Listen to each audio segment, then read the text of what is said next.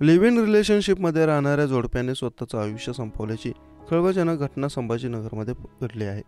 हे जोडपं संभाजीनगरच्या पैठण तालुक्यातील कातपूरमध्ये राहत होता. मृत्यू झालेला तरुण जन्मठेपेची शिक्षा भोगत होता, पण तो पॅरेलवर बाहेर आला होता तेव्हाच त्याने स्वतःचं आयुष्य संपवलं. पैठण तालुक्यातील कातपूरमध्ये हे जोडपं मागच्या कित्येक वर्षांपासून लिव्ह इन रिलेशनशिपमध्ये राहत होतं. या जोडप्याने विषारी औषध प्राशन करून जीवन संपवलं.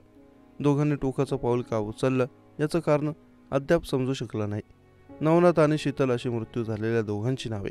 पैठण MIDC पोलीस ठाण्याच्या हद्दीत असलेल्या कातपूर येथील नवनाथ शामराव जगधने वय वर्ष 30 आणि शीतल दोडवे उघडे वय वर्ष 28 हे दोघे मागच्या 5 वर्षांपासून लिव्ह इन रिलेशनशिपमध्ये राहत होते.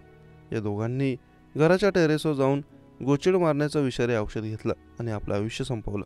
जालना जिल्ह्यातील अंबड येथे 6 वर्षांच्या मुलीची हत्या केल्याप्रकरणी नवनाथ जगधने दोषी आढळला.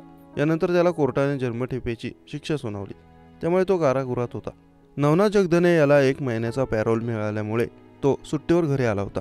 28 मार्चला पुन्हा शिक्षा भोगण्यासाठी नवनाथला कारागृहात जायचं होतं, पण त्याआधीच त्याने आणि त्याच्या लिव्ह इन पार्टनरने जीवन संपवलं आहे.